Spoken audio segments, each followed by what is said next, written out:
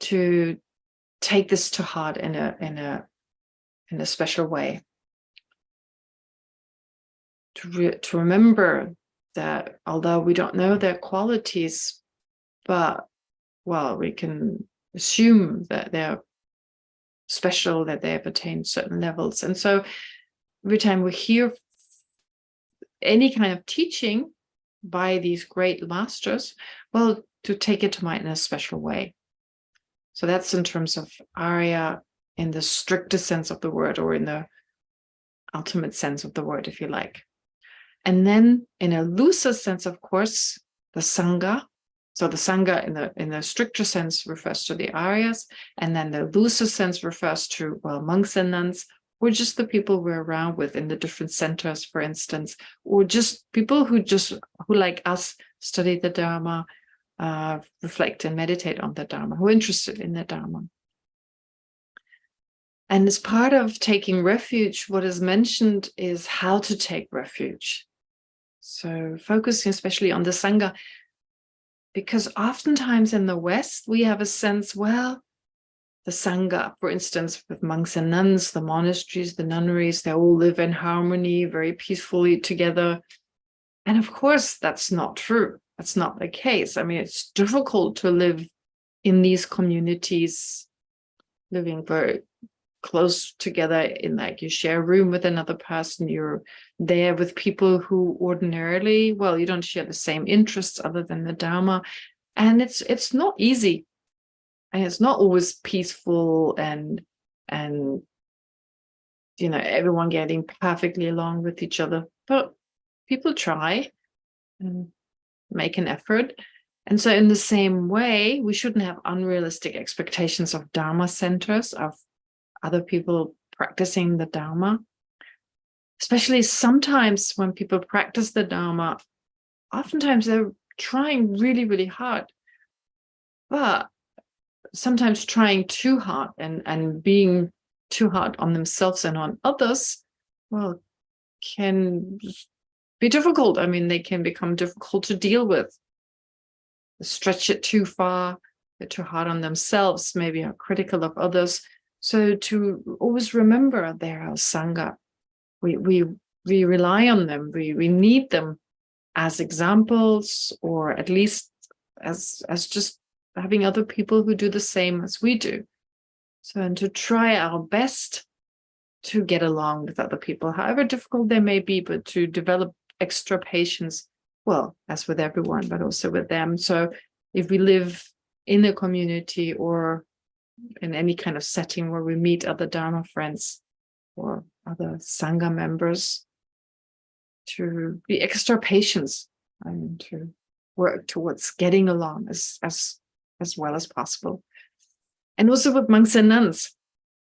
I mean, when you see other monks and nuns, the Tibetans have a really good way to deal with monks and nuns who may behave in a way which is difficult. Sometimes, well, especially in Dharamsala, a lot of monks and nuns come together, and every now and then you have someone who may behave in an unusual way that we don't associate with the Dharma. And the Tibetans are still very respectful towards the robes. I mean, respectful in the sense they respect the vows, but they may also be critical of that person in a gentle way, or not totally condone what they're doing, but not lose their respect for the fact that they have vows. So we can make that work. And that's not just true for monks and nuns. That is true for all the Sangha members. As I said, to have respect for the fact that members of the Sangha, others who are interested in the Dharma, that they have that interest, that they dedicate their life towards, well, something other than just making a lot of money and I don't know, having a career, etc. So to have respect for that, and at the same time, understand, like ourselves, they have their shortcomings. And so to not lose that respect, rely on the Sangha has to do with respect and with sharing, helping them share whatever we have in terms of Dharma material and so forth. And also rejoice in their success, if they're doing well. I mean, it's so inspiring. Sangha members, when they're doing really well in their practice and they're, just 1 second. Ich kann nicht. Ich habe Unterricht. Sorry, my mom's got a friend over. She doesn't know how fast. Anyway, so it's so important, this kind of sharing with each other and to rejoice. Yeah, so the rejoicing part, that is extremely important as well, to be happy for what they've done, for what they've reached. So to make an extra effort in our relationship with the Sangha. Okay. So that's what I wanted to focus on. And then with respect to with regard to the rest of it, Buddha, Dharma, and Sangha, what else? Let me just check. Well, you can go through the different aspects again. Oh, one thing that's really important. When it says here to not take refuge in something other than the 3 jewels, that needs to be explained. This kind of exclusive refuge. Where is it? It's already cause and effect. Do not turn for refuge in worldly deities, for instance. That doesn't mean you cannot at all take refuge, in worldly deities or anything other than Buddha, Dharma, and Sangha. No, this means specifically do not turn for attaining liberation and enlightenment. If that is your goal, your main goal is, liberation and enlightenment, unless it's described, unless these worldly deities follow the teaching to liberation and so forth, then we shouldn't take refuge in them. So somewhere else that we should not taking refuge by not speaking in favor of other refuges. Again, other objects of refuge means with that purpose in mind. Because, for instance, the teachings of Christianity or other teachings, they don't talk about enlightenment and liberation. So if that's our goal, we shouldn't follow with this goal. I mean, for that purpose, we shouldn't follow these other teachings. But it's not saying we can't take refuge. I mean, we take refuge in other objects all day long. And as I said earlier, in one of the earlier classes, we can take refuge in them, but even more effective would be if we take refuge in something that can actually remove that particular problem for good, in the form of enlightenment and so forth. So it's not saying you can't follow another teacher or you can't take refuge in other objects, but the main object should be refuge, if that is your goal, liberation and enlightenment. Okay. All right, and we're done with refuge in that way. So if you can focus on these aspects, and of course, if you have time, read about it and practice it if you can, meditate on this. Okay. And then let's start with the text. Now, I haven't got any material for you this week. The reason is that I'm quite busy with the upcoming empowerment, but I'll prepare something this week. So you will get more material next time. Anyway, I've worked it ahead a little bit and we won't run out of any material. There aren't any questions. I didn't receive any questions, so we can start right away with the material. Well, first of all, of course, as you know, the whole purpose of studying this text is to understand emptiness. That takes time. It's really difficult, and it requires a lot of little steps to eventually get some sense of what is this ultimate mode of existence all about.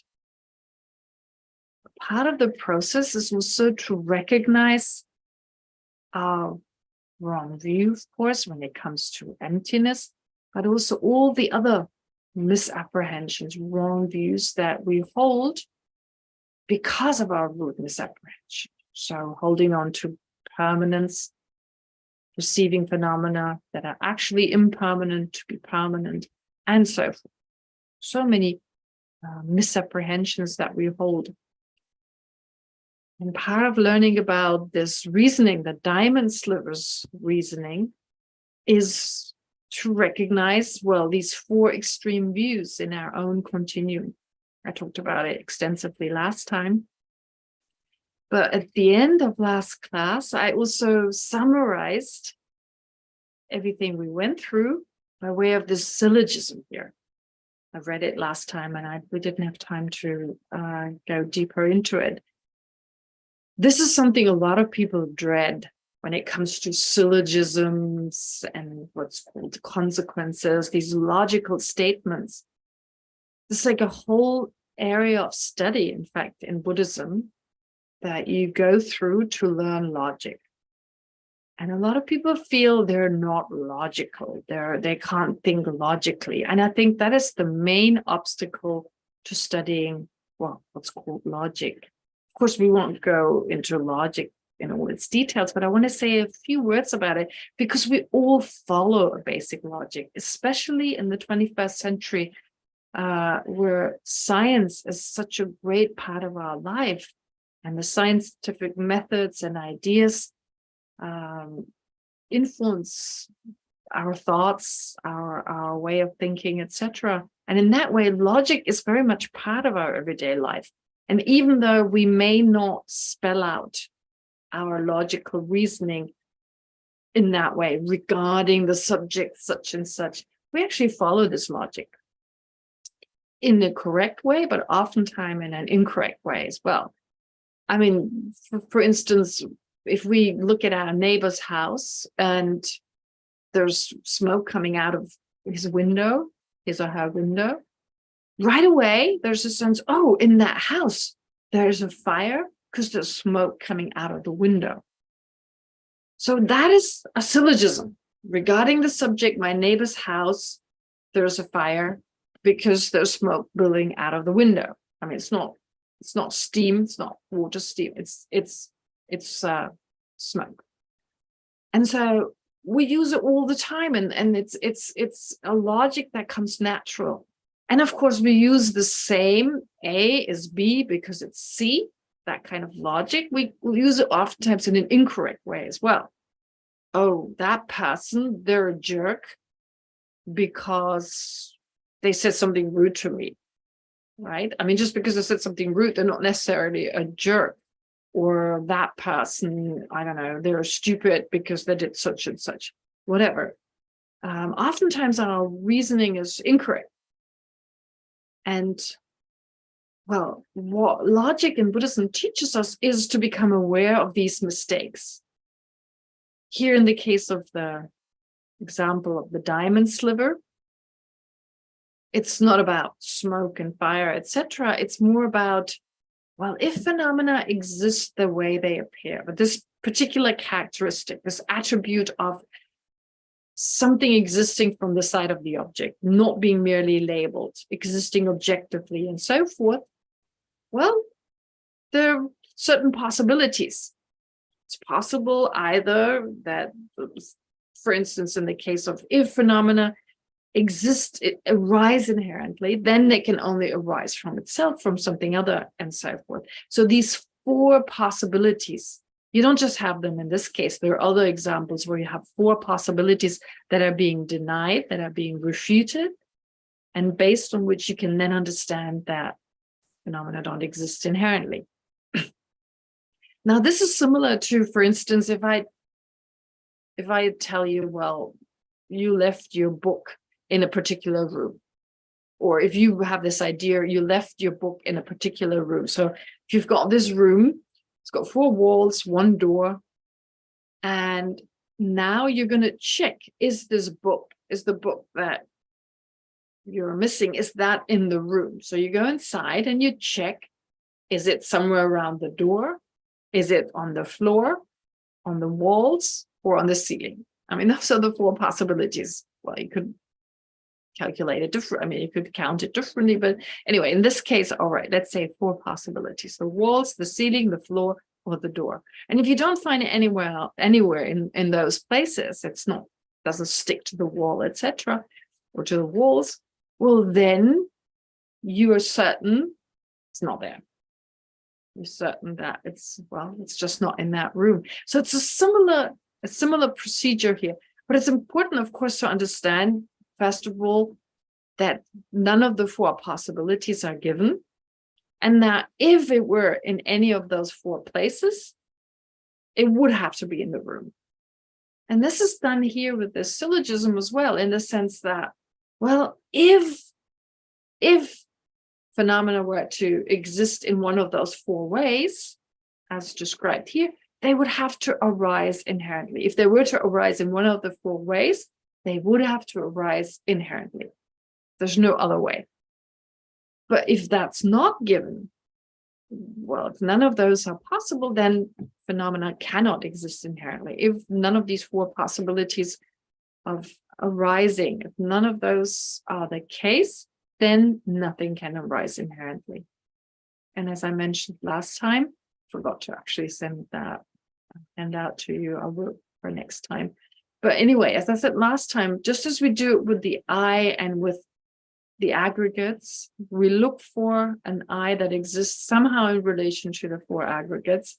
Different possibilities, again, usually four are given, sometimes just two. Well, if I can't find an inherently existent I in any of these ways, the I just can't exist that way. So that is logic that we use in everyday life. And here it's just formulated by way of these statements. Regarding the subject, a sunflower doesn't exist.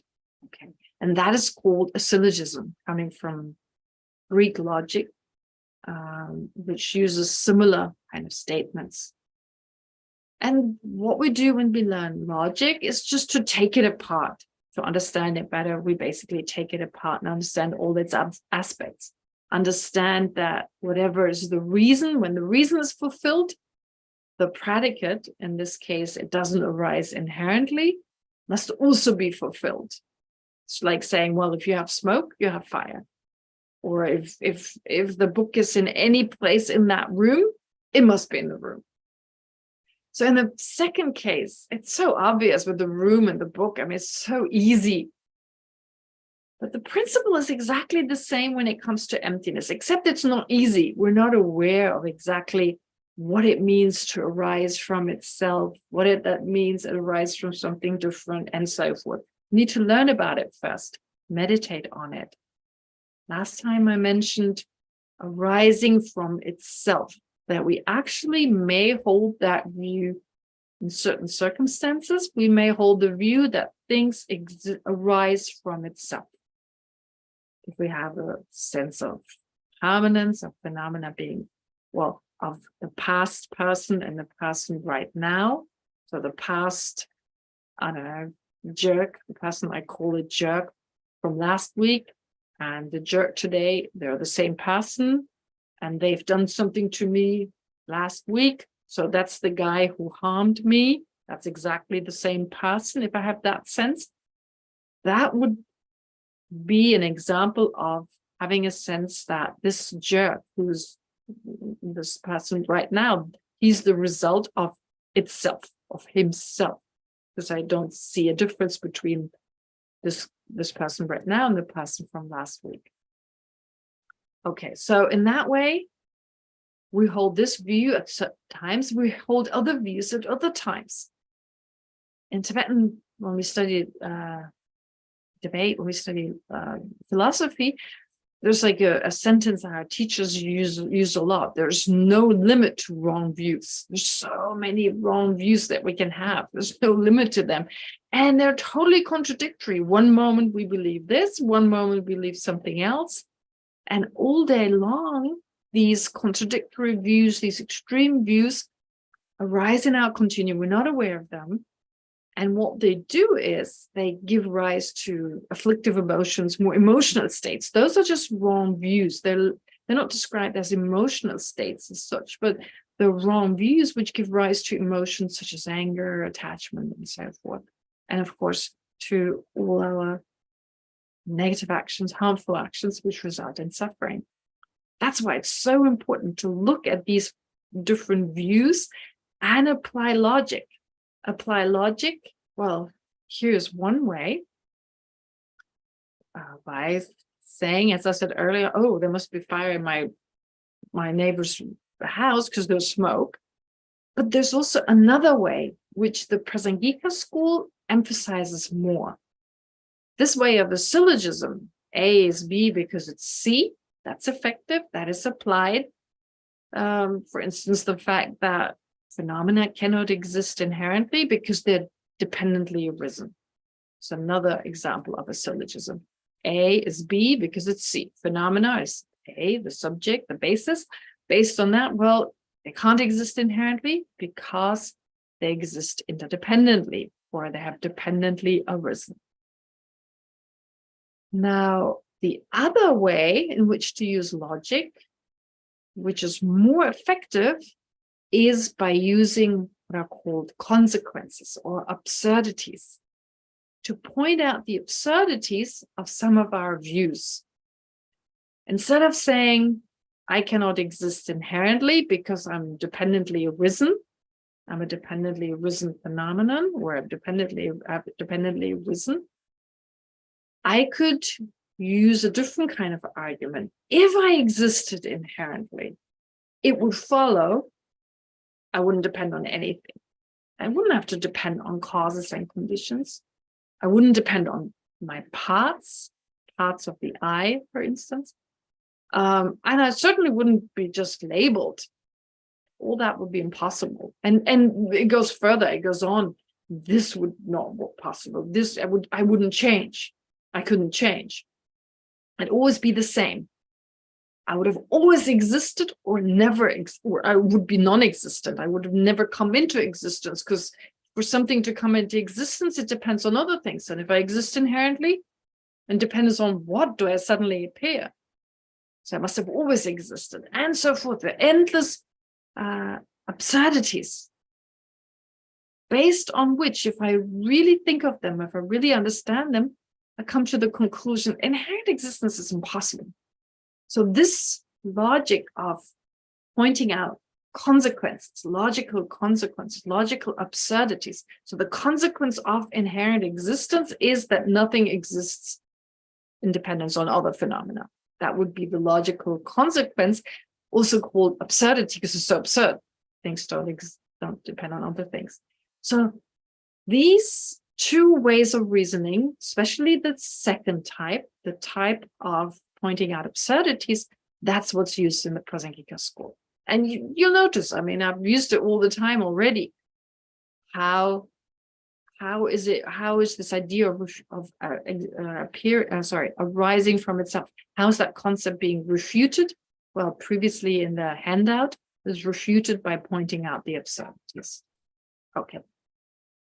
All right. So last time I just went through this paragraph very quickly, and I wanted to give you this much explanation. So it's not that hard. It's like, I always feel like if I can do it, anyone can do it. Because I felt initially when I started these studies, oh, I'm the worst person to do these studies. I'm so not logical.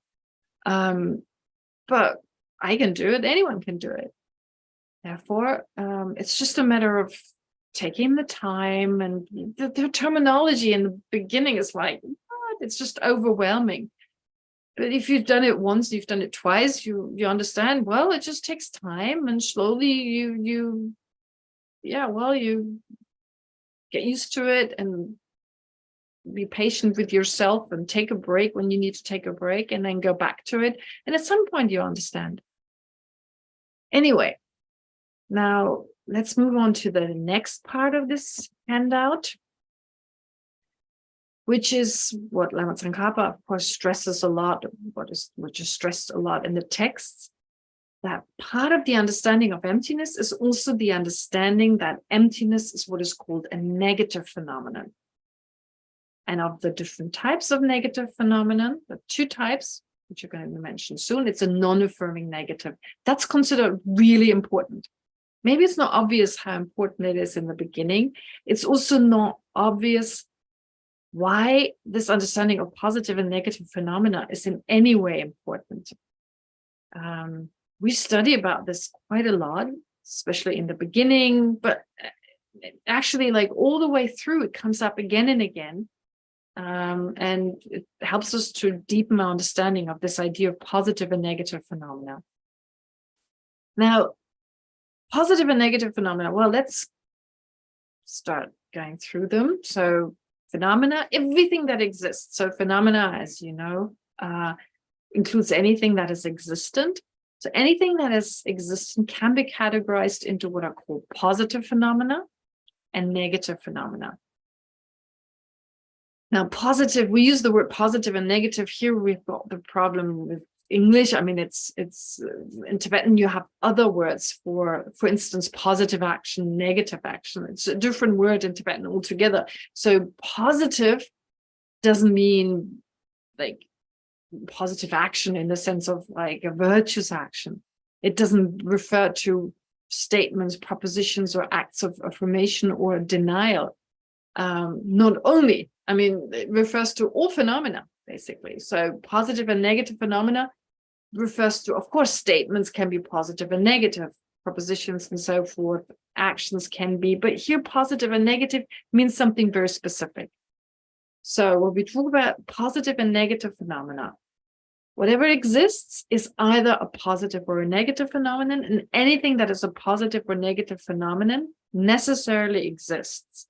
And like the true truth, this division of phenomena is exhaustive. There's no third category. Okay. It's like the true truth or permanent, impermanent. It's an exhaustive category. There's no third category.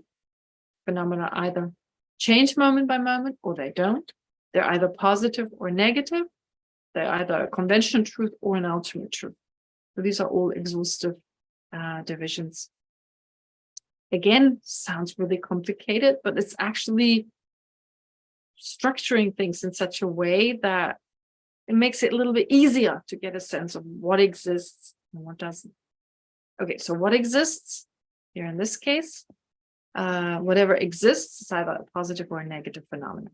So how do we distinguish between the two? What are they in the first place? Well, it's explained on the basis of how phenomena appears for the mind.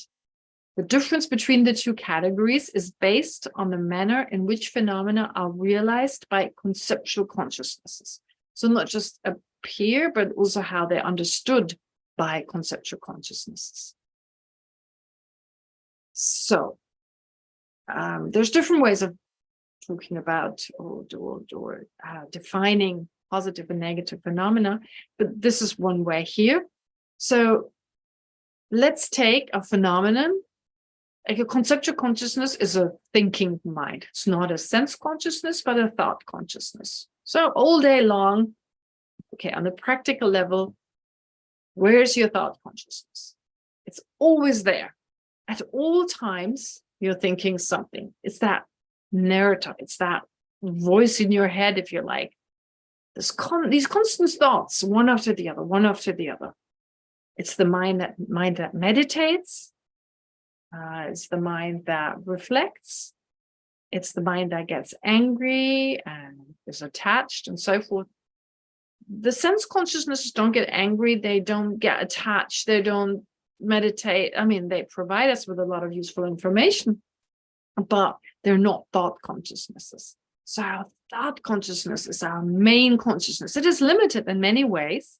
It doesn't directly perceive anything, but it has access to anything. It can think of anything. So the conceptual mind is really important. But we need to understand its limitations, of course. Now, if a phenomenon is the main object of a conceptual consciousness that realizes that object by way of explicitly eliminating something, an object of negation, something that is to be negated, it is a negative phenomenon. And that's how it's formulated. It's like, what? Can you please put it in an easier way? But that's how it's usually formulated in the scripture. So might as well follow that. Okay, so an example is unhappiness. It's a main object of a conceptual consciousness. Which conceptual consciousness? Conceptual consciousness perceiving unhappiness. Do I have minds like that? Yeah. If, let's say, this morning I was unhappy, I'm thinking about that unhappiness. What happened this morning? Why did I feel so miserable? I was really unhappy. So I may be thinking about my own unhappiness this morning, remembering it. So what is that? What does my mind do? It explicitly eliminates happiness, right? Oh, I wasn't happy. No, I was unhappy. I was not happy. So the mind explicitly negates, directly, explicitly, not directly, but explicitly. It explicitly eliminates unhappiness. So happiness. So unhappiness is appearing to my mind. And by taking that to mind, well, the mind explicitly, therefore, negates happiness. So the conceptual consciousness perceiving unhappiness realizes its main object by explicitly negating happiness, as I just said. Okay. Another example is emptiness. The conceptual consciousness perceiving the lack of inherent existence realizes emptiness through explicitly eliminating inherent existence. So lack of inherent existence, that's what it negates. Now, again, it's like the question that may arise is like, why? Why is that important? Well, first of all, since we all know by now that phenomena are created by the mind, if you like, are labeled by the mind, imputed by the mind. I mean, created by the mind. It's not like we're just making up anything. No, but labeled by the mind. It becomes obvious, and the mind that labels is the conceptual mind. It becomes obvious how important the conceptual mind is. And in that context, also how the way we perceive phenomena forms our sense of reality. And so the way we take objects to mind is, of course, also influenced by what we hear from other people. So if someone tells us something, we take to mind what the other person has said. And taking to mind, I'm not talking about hearing the words without ear consciousness or sense consciousness, the audio sense consciousness. No, I'm talking about reflecting on the words we've just heard. The way it's said has an influence on how we think about it. If I tell you, for instance, I've got a new neighbor, that's one way of saying it. Or I could say, I've got a new neighbor who's not very friendly. The same neighbor, but I'm giving you an extra information that refutes, that negates the words themselves, negate friendliness. And in your mind, you take to mind this neighbor in a very specific way. So your reality of that neighbor is not just being a person who lives near to where I live, but there's an aspect of his or her character not being friendly. Well, that's being negated. Therefore, it's important how we take objects to mind, how we talk about them with other people as well, of course, but also how we take them to mind. And as we learn to control our mind, we can actually shape our thoughts also in a way in which we may focus more on certain aspects, although it's the same object, but maybe focus more on the fact that this person, my neighbor, lacks inherent existence, instead of just focusing on the unfriendly nature, right? Or is changing all the time, etc. We can actually learn to control our thoughts. It's a slow process. Right now, our thoughts control us. In other words, it's through our imprints, all the tendencies we've developed over time. Our thoughts just, they're just happening. And it's almost like another part of our mind is watching what's going on. And oftentimes we're miserable and, we may wake up in the morning with a really bad mood and there's nothing we feel we can do. But with time, and that's part of Buddhist practice, is to become more aware of these thoughts, become more mindful of these thoughts, and recognize that pattern, that thought pattern. And from there, then start to learn to control your thoughts. Sometimes it's as easy as if you have this thought, oh, life sucks. You just think, but it's also got its advantages. Or my neighbor sucks. If you have that thought, you recognize it. But he or she also has good qualities, right? And just thinking that, however fake it may feel, it's like a counter force to that initial thought, right? And if you think it, you make yourself think it more than once, 3 or 4 times, well, the other thought will slightly be influenced. And that it may not be so negative. You just, however fake it may seem, unnatural it may seem, but it slowly becomes natural. Therefore, it's so important to understand how certain thoughts, depending on how we perceive the object, the unfriendly neighbor and the neighbor are the same person. And still, by taking the neighbor to mind with this extra quality, unfriendly, he or she appears differently, and my emotional response to that person is different. And this is what we need to look out for. That's so important. I mean, it seems to, I'm stretching it a little bit here, but the whole purpose, everything we're doing has to do with learning to control these emotions that harm us so much. If I'm resentful towards my neighbor, if my neighbor doesn't know about it, has no influence on them, it just harms myself. Every moment of resentment harms myself.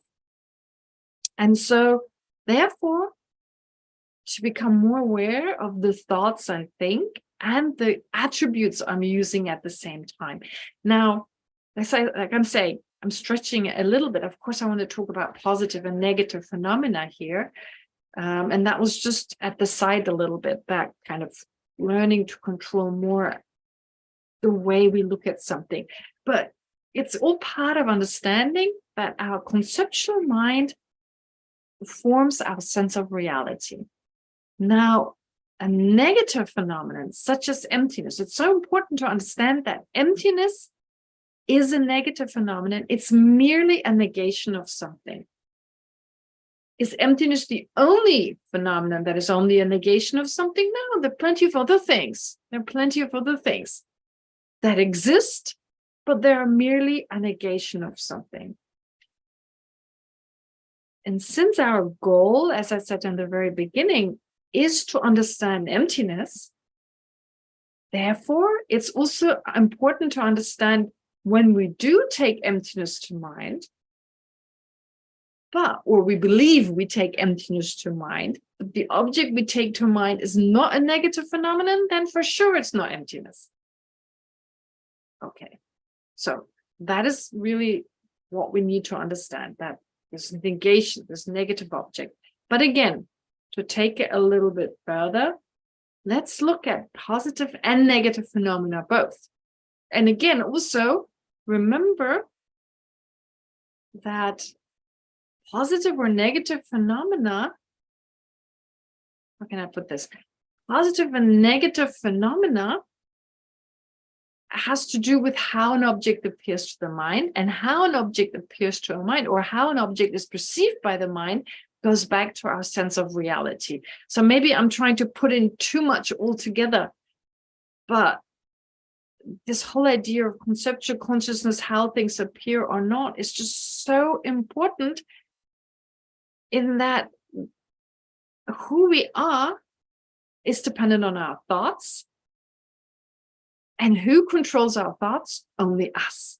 So my own reality is totally controlled by our own thoughts. Okay.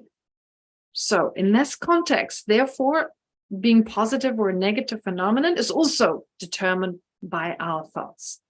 Okay.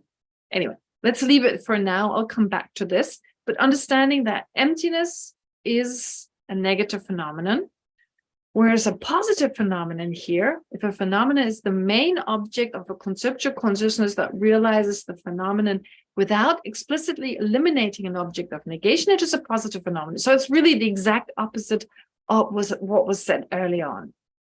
An example is a pen.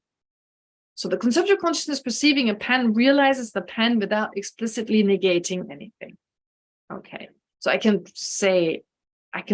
think of the pen as just a pen or a non-static pen. So when I say a non-static pen, then the pen I take to mind, although it's a pen, but it's no longer a positive phenomenon. It's the same pen, but the same pen is taken to mind with this particular quality of not being static.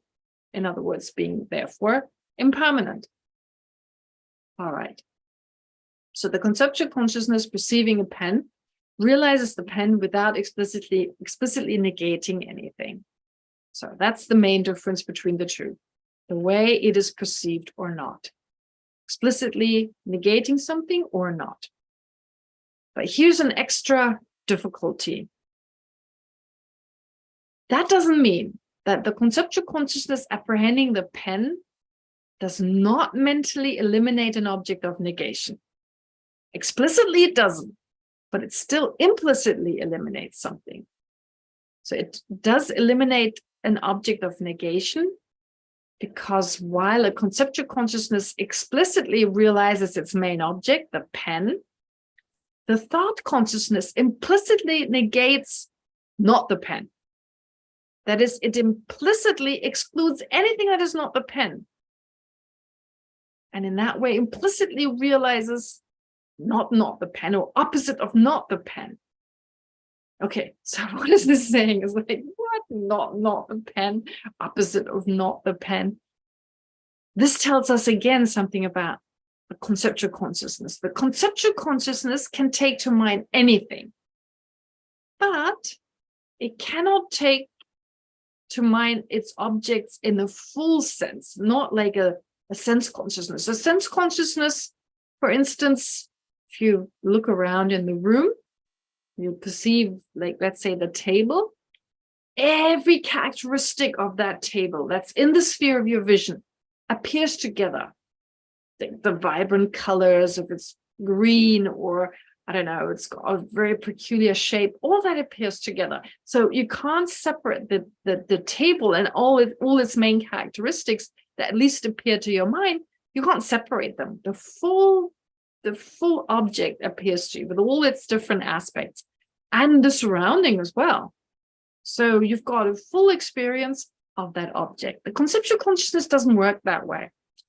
Certain general aspects of the object appear to you. The general meaning, as it's also called, or the generic image, as it's sometimes called, the generic kind of qualities of an object appear to your mind. If I ask you, remember your breakfast this morning, it's not like your breakfast appears to you as brightly as the actual bowl with porridge or whatever you had for breakfast, but rather like the kind of general characteristics of the object. So the general kind of porridge that appears to you, right? And all the surroundings, well, unless you want to think of them, it's really just this general idea of the porridge. So your mind refutes anything that is not porridge. It refutes anything that is not porridge, because it's not going to think of pen or I don't know, the tablecloth on which the bowl of porridge set, or whatever you had for breakfast. So thing is, only your object is taken to mind, and everything else is basically implicitly excluded, if you like, negated, excluded. This is similar to words.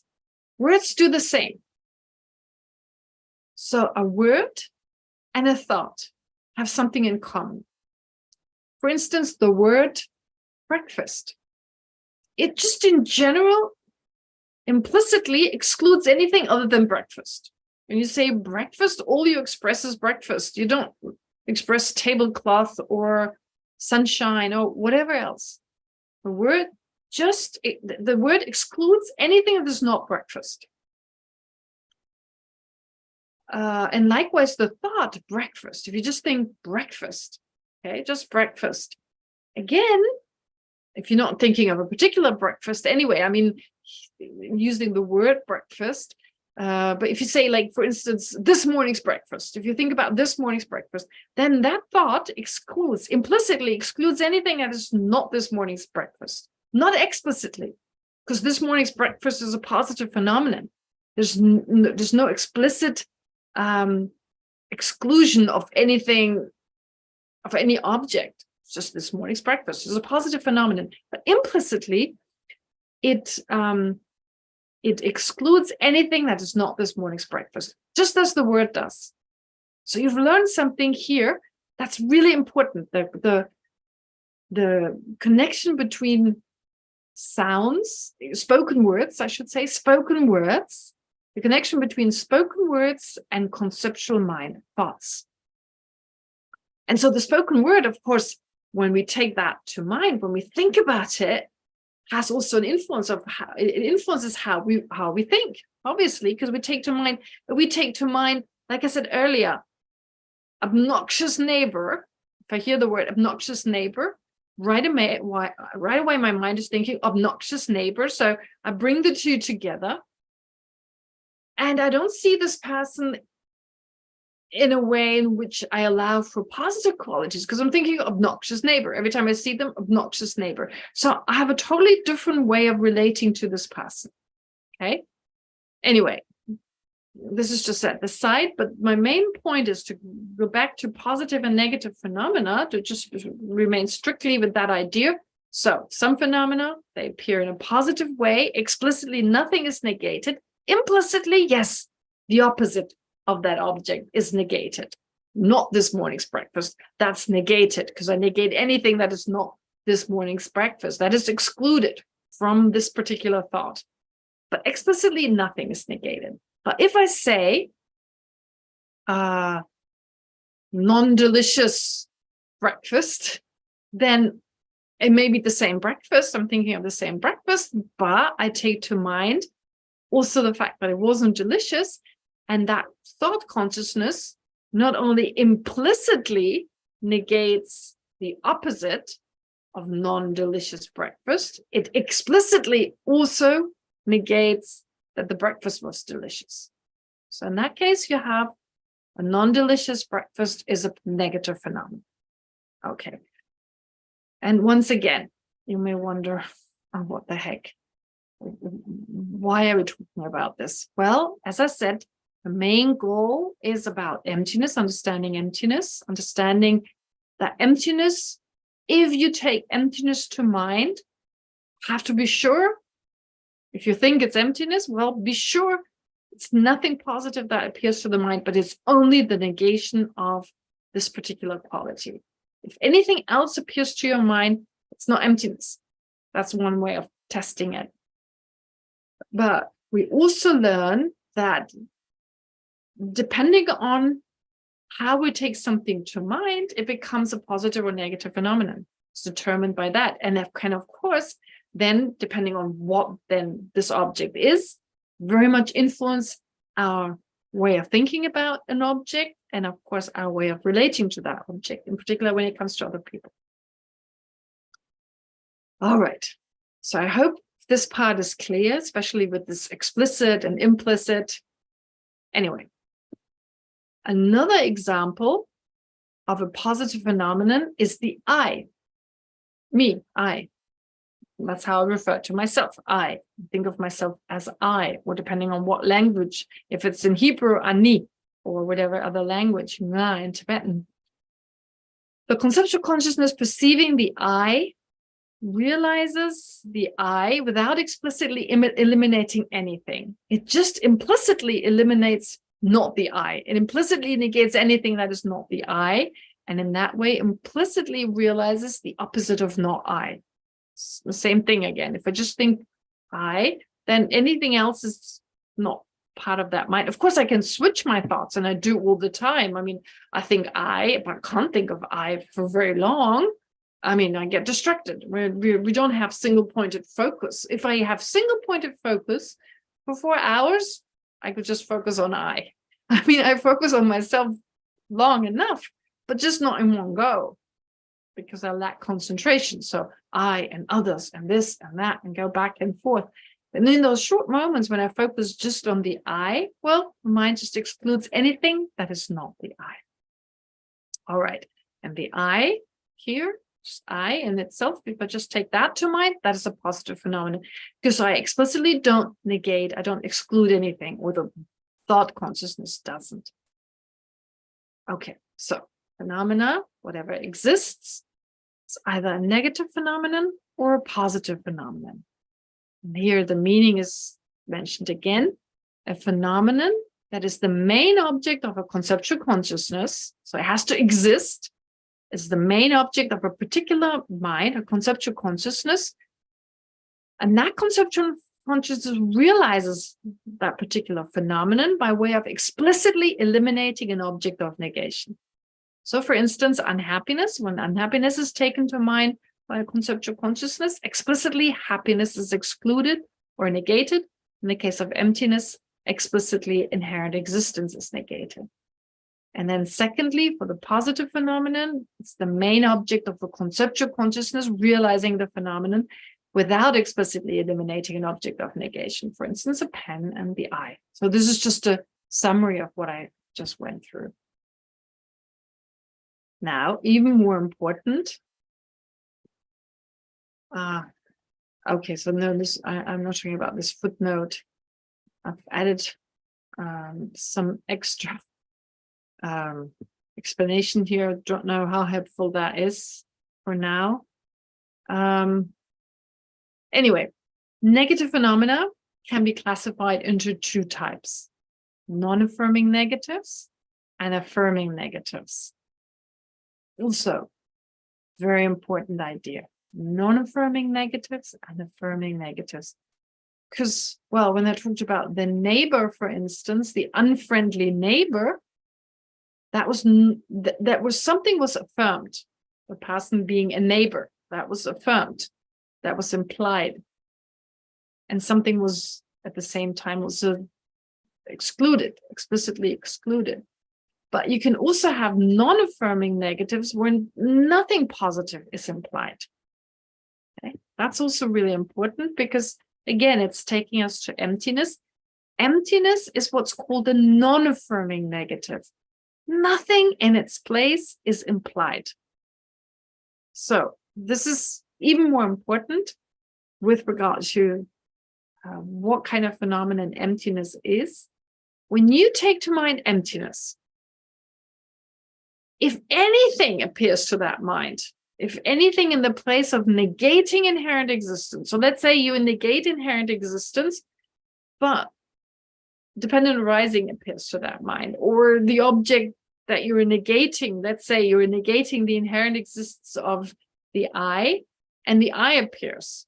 The I appears at the same time. Well, then that's not emptiness. I mean, you think you're realizing emptiness, you're taking to mind emptiness, but if anything other than just the lack of inherent existence appears to that mind, yeah, it's unfortunately not emptiness. Again, that's very, very important, and it's explained why that is the case, why it is important, but let's first be sure this is all clear. All right. Okay, so I hope I've not gone through this too quickly. For some of you familiar with this, so you probably get bored hearing this for probably the, I don't know, 100th time, these ideas, but well, just for those who are not that familiar with it. Anyway, so let's go through the two negatives. So the two negatives, I'm not going to go into this footnote right now. I may do this next time. And you can also, of course, read it. These two negatives are not described on the basis of the way they are realized by conceptual consciousnesses. So previously, positive and negative phenomena were explained on the basis of the mind, how the mind gets at them. Here, they're explained on the basis of the words that are used to express them. So they depend on whether or not the words used to express the negatives suggest or imply a positive phenomenon in place of their object of negation. So as I said, there's this great similarity between the spoken word and conceptual mind. And so it makes sense if you define them in this way. You could use also conceptual consciousnesses, but maybe that's too confusing if you use the conceptual consciousness as a basis for defining them. So this definition is slightly different. What is a non-affirming negative? A non-affirming negative, so if something is a negative phenomenon and the term that expresses it does not suggest or imply any positive phenomenon in place of its object of negation, it is a non-affirming negative. An example, for instance, the I consciousness is not physical. Okay, the I consciousness is not physical. Well, first of all, the words that express it are exactly those words. The I consciousness is not physical. So they just deny the physical existence of the I consciousness. The I consciousness is not implied. The I consciousness is the basis based on which its physical existence is being negated. So this is a case of a non-affirming negative. And hearing these words, you then take to mind, well, I consciousness is not physical. And nothing positive is implied in the place of negating. What is the object of negation here? Being physical. Okay, so let's look at this again. If something is a negative phenomenon here, for instance, the I consciousness is not physical, the term that expresses it, those are the words I consciousness is not physical. They do not suggest anything. They don't imply any positive phenomenon in place of what they negate. What do they negate? The I consciousness being physical. Since they don't apply anything, it's a non-affirming negative. Now, when I say this is a phenomenon, you may go, no, there's a whole sentence, right? But I mean, in actuality, I mean, whether you use plural or singular, but the I consciousness being not physical, that exists, right? The I consciousness being not physical, that's existing. That's a phenomenon. That's something that exists. And it's a singular phenomenon. The I consciousness being non-physical. So in that sense, although I formulate it in the way of using a whole sentence, but it's like emptiness when I say the lack of inherent existence, or for instance, the I doesn't exist inherently. That's the emptiness of the I. So the way I express it in the form of a sentence, but it's a phenomenon. It's the emptiness of the I. And how is it expressed? It does not suggest or imply any positive phenomenon. Okay. And that's so important about the emptiness. Now, hopefully, it makes sense what I've just said. And as I said, it's important to, whatever we learn here, whatever we talk about here in class, that in some way is relevant to you in your day-to-day life. I mean, it would be great if you can take whatever you've learned here and somehow make it relevant, because it shouldn't just be some abstract over there. Of course, it has to do with emptiness, and yeah, emptiness is pretty far away from our own life right now. The opposite, inherent existence, is very much part of our daily life, our thoughts and our actions and so forth. But there's a way in which we can take bits and pieces, at least.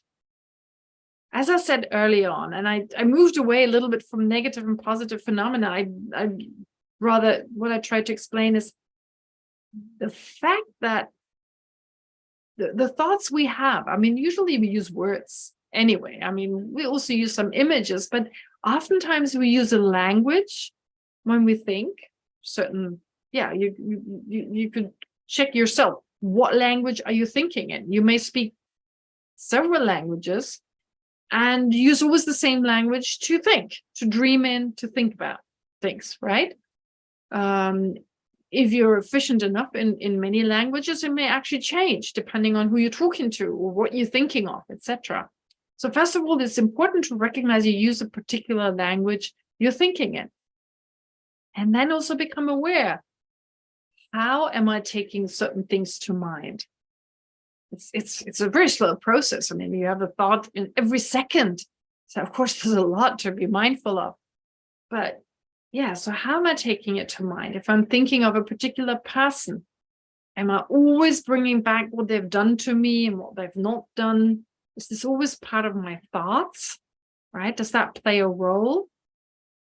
When someone tells me something, is exactly what they tell me, do I take exactly that to mind and go over it again and again? Or do I sometimes see it differently? So all this plays into this. I mean, this is how it's relevant to us. It's like I say, I'm stretching it. It's got nothing to do with positive and negative phenomena anymore. It's really much more about how things appear to the mind. But if we understand that, then it makes sense that although, let's say, the pen and a non-permanent pen, although a non-permanent pen and the pen are exactly the same object, when we take it to mind, it appears differently. In one case, the mind explicitly negates permanence of the pen, while still implying it is a pen. I'm talking about the pen.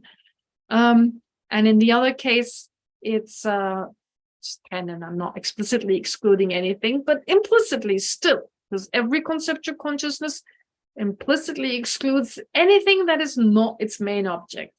Different to, as I said earlier, sense perception. And in this case, when we talk about a pen, well, what's the sense perception? Well, an eye consciousness perceiving a pen, for instance. Okay. All right. So that's it for today. Yeah, so non-affirming negatives. I think the rest is pretty easy, and I can go through it a little faster than I did with this. Yeah, having kind of talked about the basis, non-affirming negatives, and there are a few examples, and affirming negatives, etc. But most important is why with emptiness, and you can read in advance if you've not already done that. Why is this so important about emptiness? Okay. Now let's do some meditation. Okay, reflect on what we've learned today. Great. Should I briefly summarize? Well, this much. What I started off with was this logical statement of a syllogism. I briefly spoke about that as a tool to understanding, well, something like emptiness, any other phenomenon. It helps us to understand phenomena. We use these syllogisms actually without necessarily be aware of them. A is B because it's C. We sometimes use them in a correct way. Of course, we also sometimes use them in an incorrect way, but we use them all the time. Now, as part of Buddhist philosophy, or learning about Buddhist philosophy, you learn to understand these syllogisms, its different aspects, and of course, to distinguish a correct syllogism from an incorrect one. Very important. You learn to use them, understand all its aspects. That's just one part of understanding certain logical tools or using logical tools. Another logical tool is using consequences or logical absurdities. That's another way in which we can learn, for instance, that phenomena can't exist the way they appear to us. So I spoke a little bit about that. And then the second aspect, or the second topic I discussed today, is the fact that emptiness is a negative phenomenon, something really important, considered very important. What is a negative phenomenon? Well, it all depends on how the object appears to the mind. If nothing is explicitly negated while taking to mind this object, it's a positive phenomenon.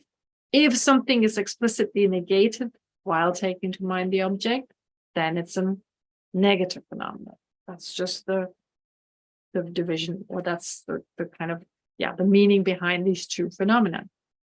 And then you have negative phenomena. They can be divided into affirming and non-affirming negative. So it's still a negative phenomenon, a non-affirming negative as well as an affirming negative. They're both negative phenomena. However, in one case, in the place of negating something, something is implied, and in the other case, it isn't. Okay. So if you say, for instance, non-permanent pen, the pen is implied, but explicitly its permanence is negated. If I were to say, on the other hand, the pen is not permanent, then the focus is not the pen. The pen is just the basis. So I'm just negating permanence without implying pen. This is a little bit difficult, the distinction between the two, and we'll go more over it next time. But anyway, in one case, something is implied, is suggested in place of whatever is negated, and in the other case, that's not the case. And emptiness is, of course, just the negation of something. Even when I say the lack of inherent existence of the I, or the I doesn't exist inherently, the I is not suggested. The body, I say the lack of inherent existence of the body, that phenomenon, lack of inherent existence of the body, does not imply the body. Okay, when I take that to mind, the body should not appear. If the body appears, I'm not taking to mind the lack of inherent existence of the body. Okay. Anyway, more of this next time, but as I said, let's meditate on this. And as usual, let's let go of any disruptive thoughts and feeling of laxity, of feeling tired, and just focus on the breath.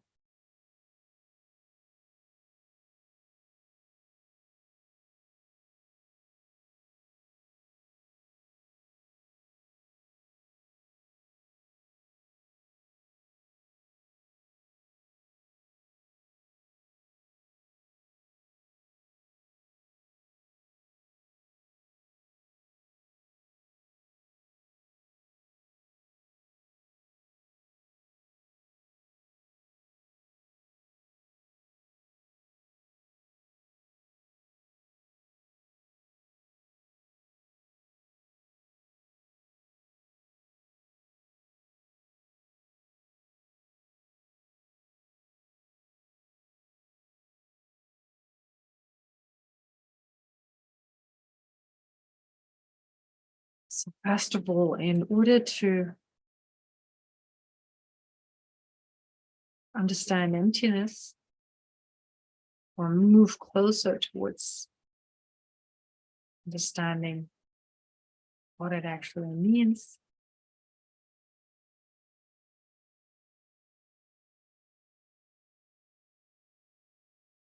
it's important to know that it is a negative phenomenon.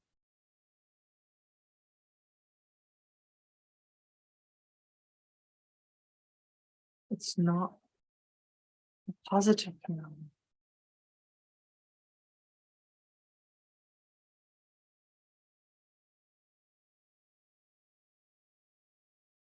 Negative in the sense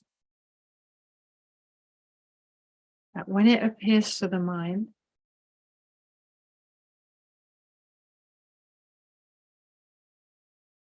something is explicitly negated.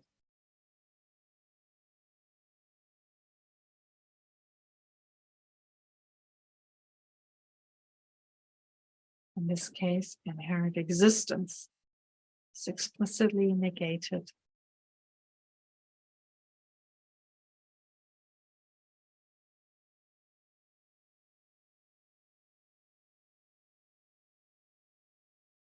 Not only is inherent existence explicitly negated,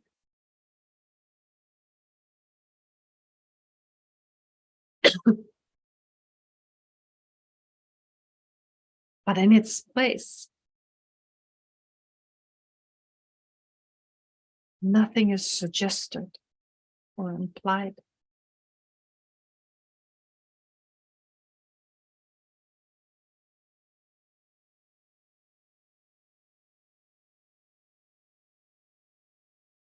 Which is why emptiness is also a non-affirming negative.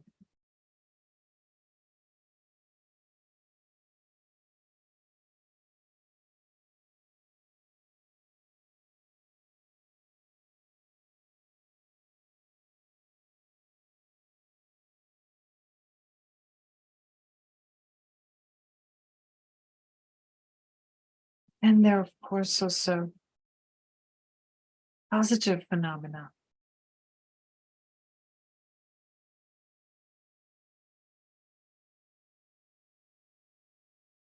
When they're taken to mind by our conceptual consciousness, or our thoughts,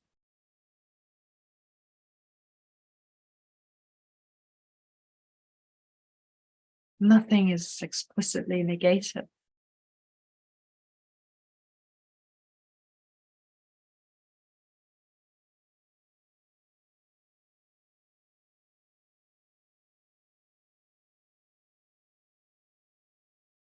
as in the case of chair, table,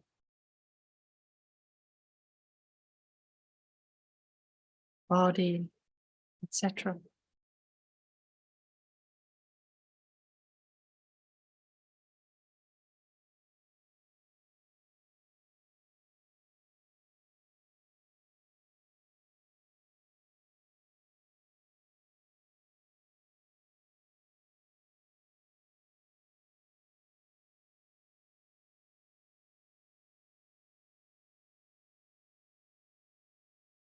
These positive phenomena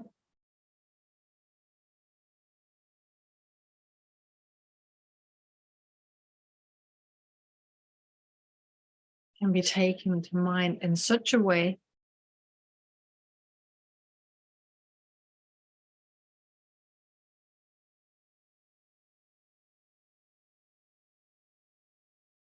that they're no longer positive phenomena, but negative phenomena.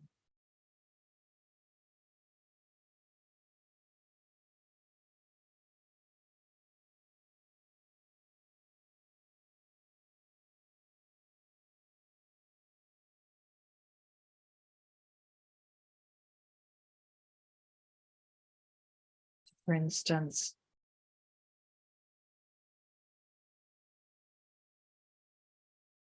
non-permanent I,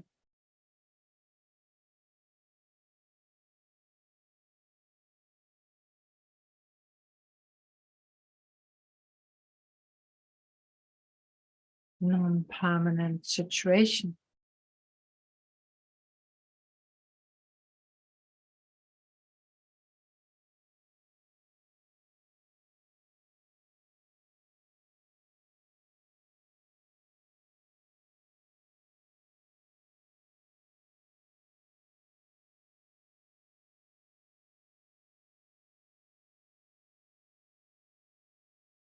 although they refer to the I or to situation respectively, but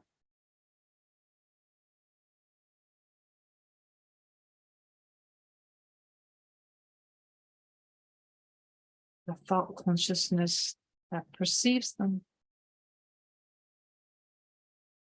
explicitly negates something.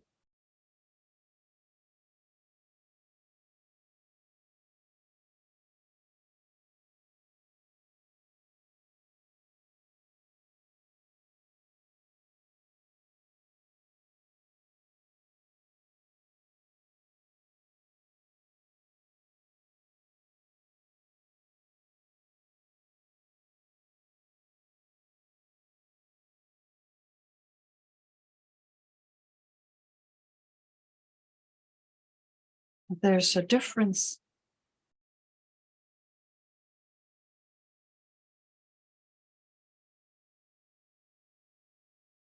between, for instance, thinking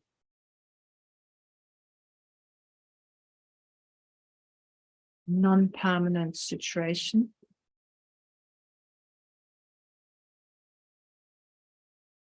versus a situation is not permanent.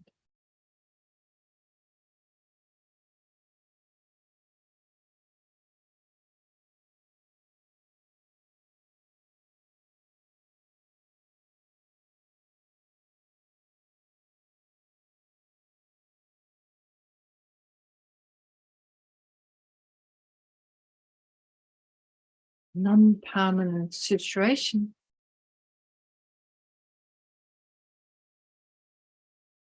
is an affirming negative.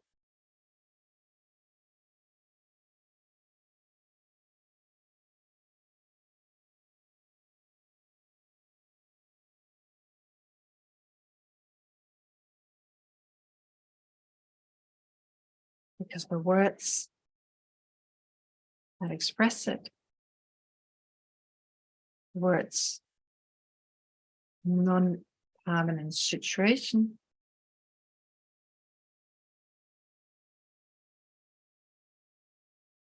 imply the situation while explicitly excluding it being permanent.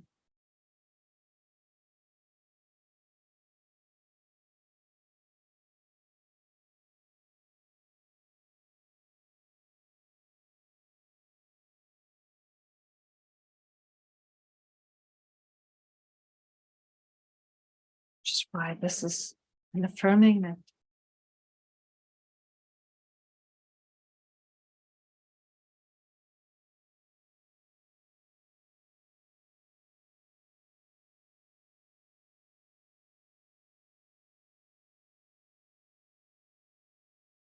The situation being not permanent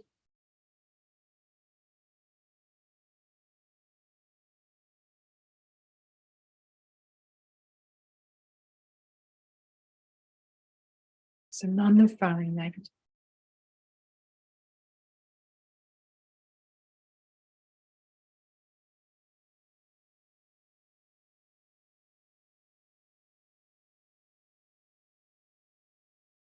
Because the situation is merely the basis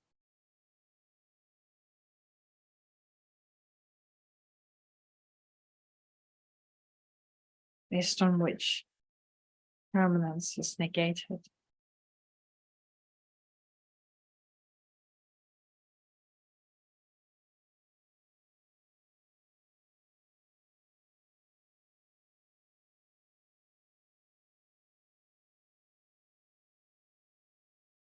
So emptiness is just like that.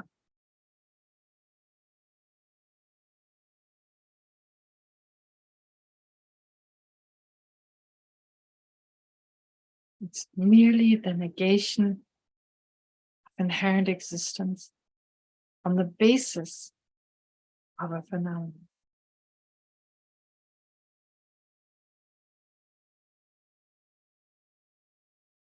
Without that phenomenon being implied or affirmed.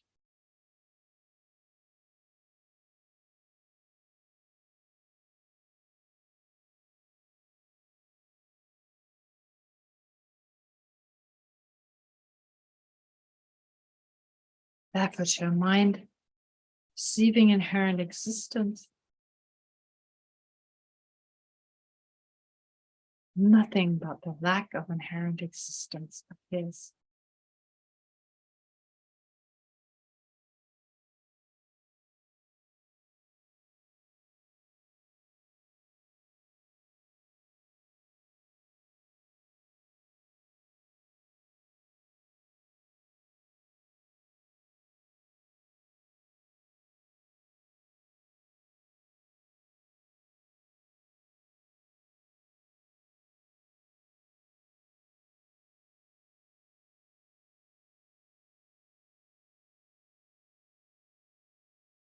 So now to conclude this analysis,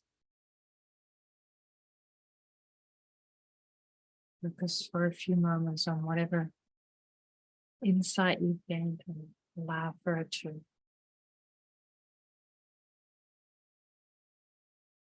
be further internalized, sink deeper into your mind.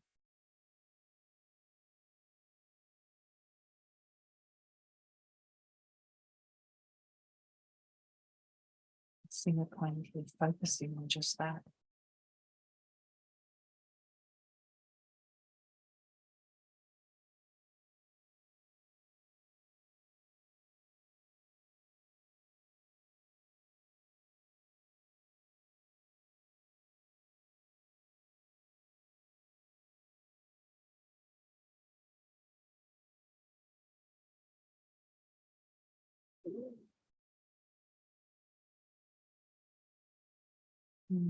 Then let's dedicate the virtue we've accumulated,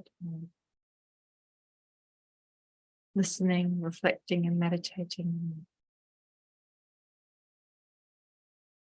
fundamental wisdom. First, let's foremost dedicate it towards our own enlightenment by thinking, may this become a cause for us to fully actualize our potential become enlightened for the benefit of all sentient beings.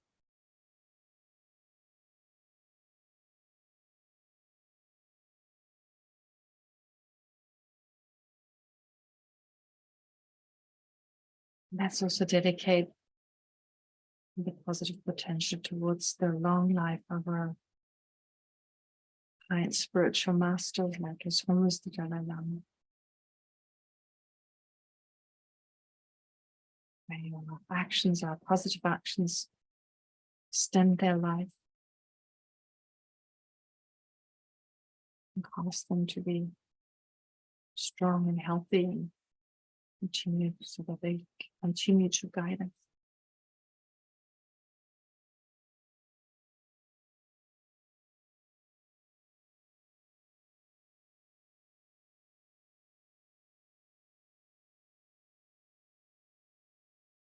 And let's, of course, also dedicate our virtue towards those who are suffering so much right now, having lost their home,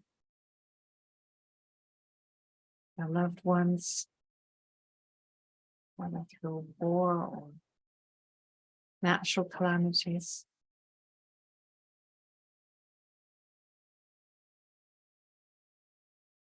The suffering soon be over. Once again, find peace of mind and overcome their suffering.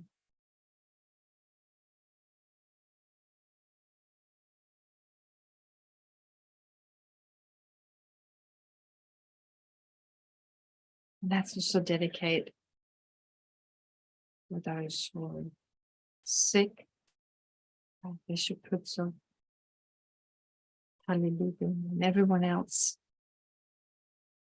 who suffers physically or mentally. And dedicate for Dalit's friend Adas Napier,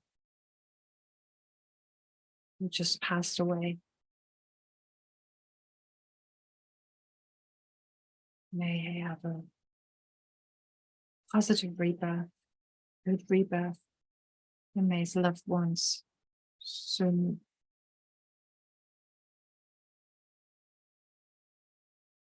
get over their loss, losing such a special person.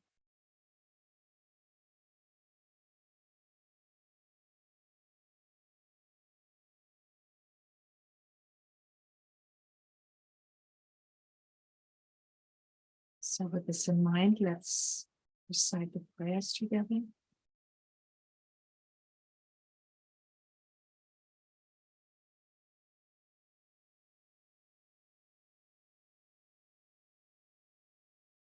Through the merits of these virtuous actions, may I quickly attain the state of a Guru Buddha and lead all living beings, without exception, into that enlightened state.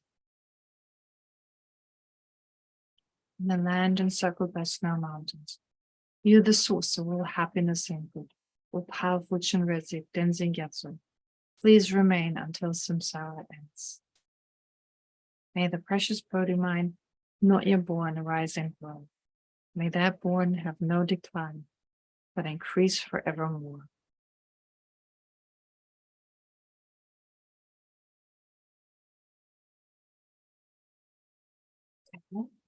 Thank you very much. Thank you. Thank you. All right, so please Thank you very don't much. forget the meditation on refuge for this coming week. If you've got, just 5 minutes every day, that's great. And put it into context of everything else you've learned. And of course, positive and negative phenomena. Well, we continue with that next week. And if you've got any questions, please ask. All right. Be well. Thank you so much. Goodbye. Bye. Happy Losal. Oh, Losal Tashi Lelek. yeah, of course. And thank you, Geshe.